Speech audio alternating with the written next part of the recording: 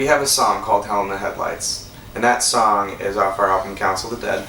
And the whole premise of that album is this: it's a group therapy meeting in the afterlife, and each song is one of the characters explaining like the last 10 minutes roughly of their life, because that's all they remember after going through this traumatic experience of death.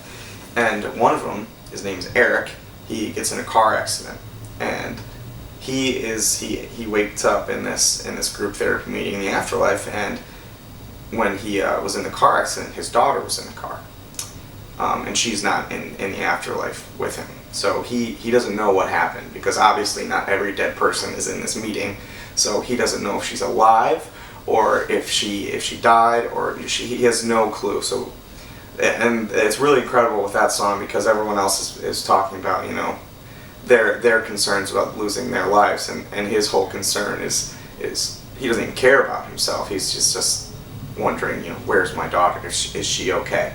And that song really resonated with a fan, and she came up to me at the merch table and told me that her dad died in a car accident. And we were playing that song that night, and I told her, and she started crying right there. I was just very, very, very powerful. And when we were playing the song, she was in the front row. And towards the end of that song is this very, very powerful part, like a bridge, and the words are, you know, she won't understand, she won't believe, she'll wonder where I've gone, why I had to leave.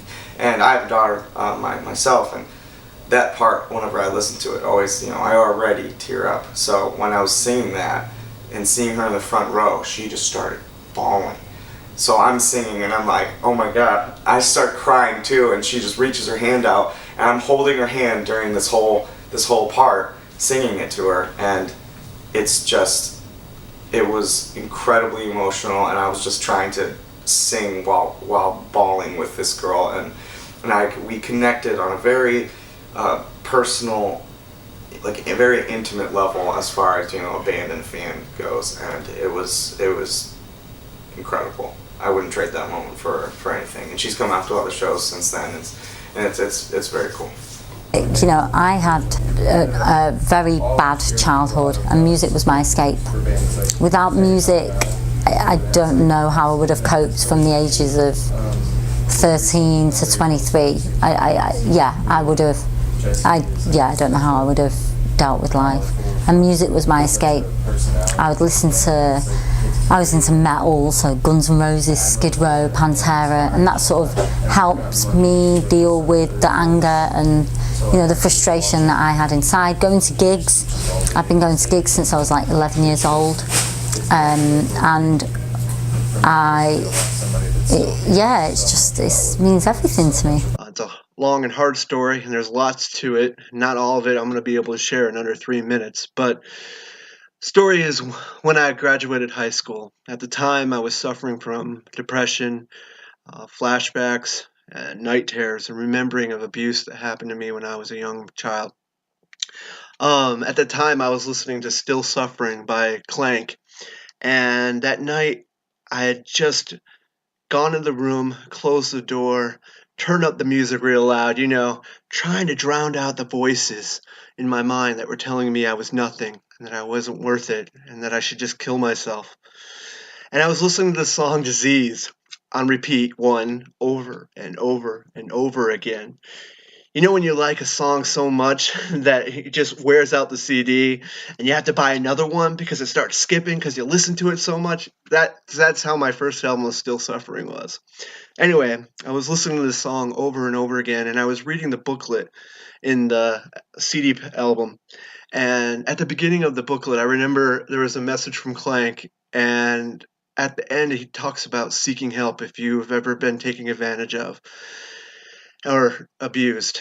And I don't know, but something clicked at that moment. It wasn't just the message from there, but it was also other things, people in my lives, and the music, and just life, you know. And I realized I can't keep going on like this. I won't make it. I need help. And I remember tossing the booklet on my pillow, getting up, and I started bawling. I went out and talked to my mom, and I told her that I needed help. And there we went to the hospital, and I got the professional help that I needed at that time. And I gotta tell you that album to this day is my main album. You know, the one I pop in, and I know every lyric, I know every nuance, and I just bombs away in the car, you know, banging the head. Yeah, that saved my life. Music saved my life. Well, I mean, me personally, when I started this, I was going through a divorce, you know, and I was a young man. I'm 41 now. We're talking like 2005, 6, so 12 years ago or so. And the reason why I started the band was because I had a lot of spare time and I just wanted something to distract me from it. So I think that really saved me from maybe moving into more like a self-destructive way. Not that I've not got that tendency, but I maybe could have gone down that path.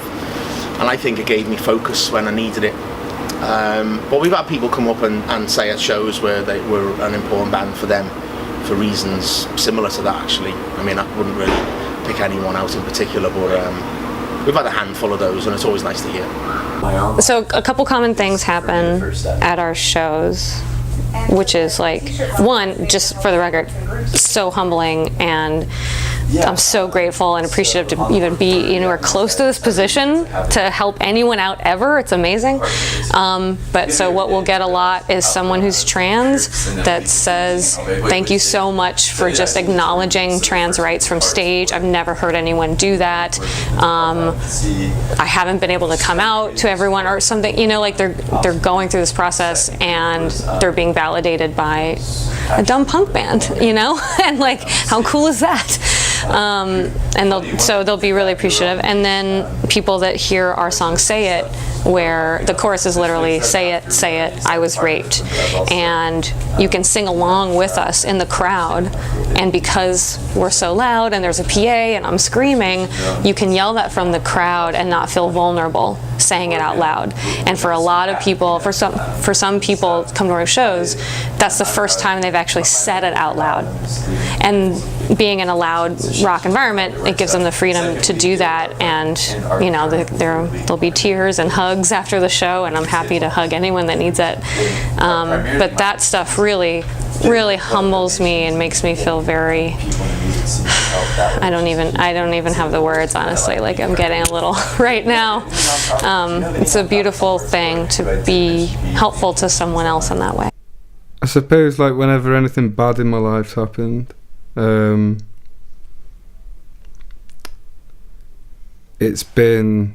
always kind of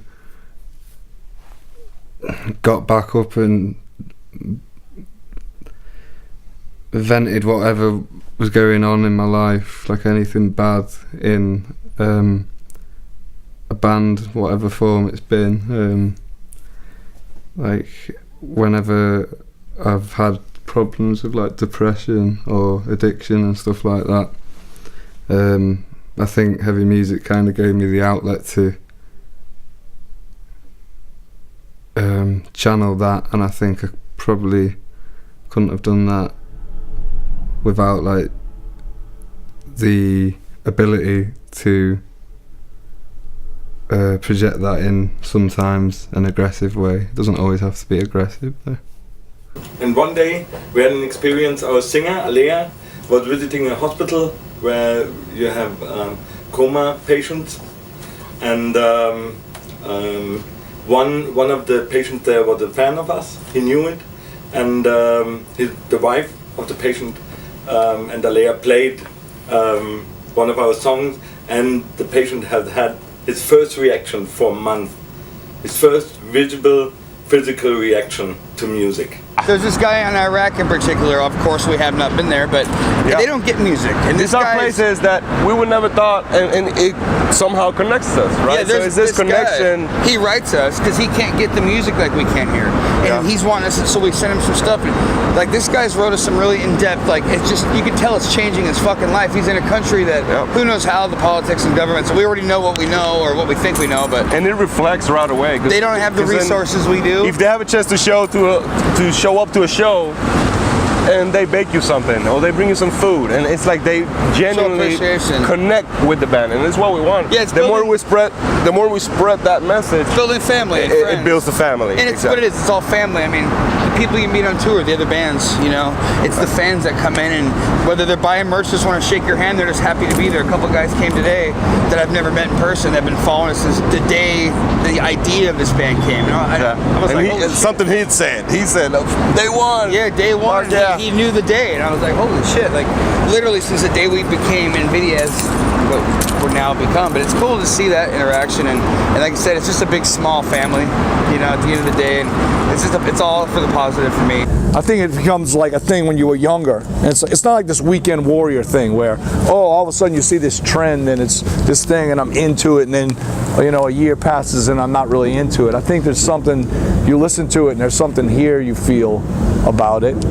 And it, you know, it keeps you going in that kind of progression. I mean, I've been listening to metal since I was way younger, you know, different variations of it. And the thing too was it spawned, as I got older, there was different channels and things of that within metal. I mean, it breaks off into so many divisions, to extreme variations, to, you know, like hair metal, heavy metal, classic metal. You know, they got all these different categories and things, but a lot of it all means the same to me because it's all rooted in the same element. So for me personally, it's a huge thing because, I mean, I grew up on it and it's always been there in my life, and it's always been that element that helped me move forward in bad times or made good times even better. So it's always this thing that's rooted, and that's what I do.